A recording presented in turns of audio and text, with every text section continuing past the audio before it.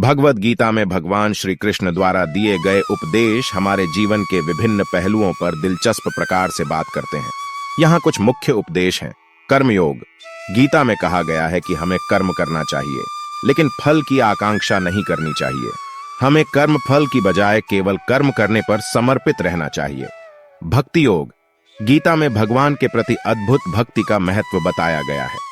श्रद्धा और विश्वास के साथ भगवान की उपासना करने से आत्मा को शांति और सुख मिलता है। ज्ञान योग। गीता में ज्ञान का महत्व बताया गया है। यह कहा गया है कि आत्मा अमर है और शरीर केवल अस्थायी है।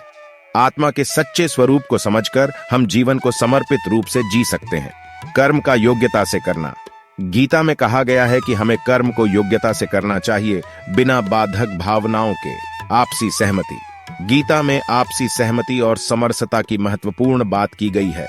हमें अपने संबंधों में सामंजस्य बनाना चाहिए और आपसी सहयोग करना चाहिए। ये उपदेश भगवान श्री कृष्ण द्वारा दिए गए थे और वे आज भी हमारे जीवन में मार्गदर्शन के रूप में महत्वपूर्ण हैं। भगवद गीता में भगवान श्री कृष्ण ने अर्जुन को कई महत्वपूर्ण शिक्षाएं दी।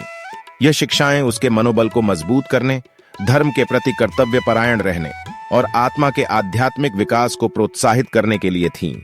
यहाँ कुछ मुख्य शिक्षाएं हैं। कर्मयोग। श्री कृष्ण ने अर्जुन को कर्मयोग की शिक्षा दी, जिसके अनुसार कर्म करना कर्तव्य है, लेकिन फल की आकांक्षा नहीं करनी चाहिए। भक्ति योग। वे भक्ति योग के माध्यम से ईश्वर के प्रति प्रेम और समर्पण की भावना को बढ़ावा देते हैं। ज्ञान योग। भगवान श्री कृष्ण ने अर्जुन को आत्मा की महत्वपूर्णता और आत्मज्ञान की शिक्षा दी। संसार और मोक्ष।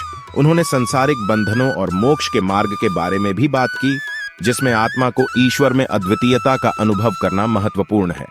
समय का महत्व। श्री कृष्ण ने समय के महत्व को बड़ा महत्वपूर्ण माना और समय पर कर्म करने की महत्वपूर्ण बात की। इन शिक्षाओं का उपयोग अर्जुन और हम सभी को अपने जीवन में एक दिशा और मार्ग प्रदान करने में मदद करता है और हमें धार्मिक और आध्यात्मिक दृष्टिकोण से समर्थ बनाता है।